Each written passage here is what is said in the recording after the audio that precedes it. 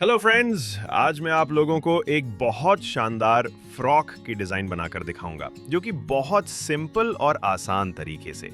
तो वीडियो को बिना स्किप किए लास्ट तक बने रहिए और वीडियो अच्छा लगे तो एक प्यारा सा कमेंट जरूर कीजिएगा। हाँ, और एक बात, क्या आप लोगों को मेरा ये छोटी छोटी वीडियो अच्छा लगता है या आप लोगों को ट्यूटोरियल वीडियो चाहिए, जैसा कि sleeves design, blouse design, cutting, measurement वगैरह वगैरह?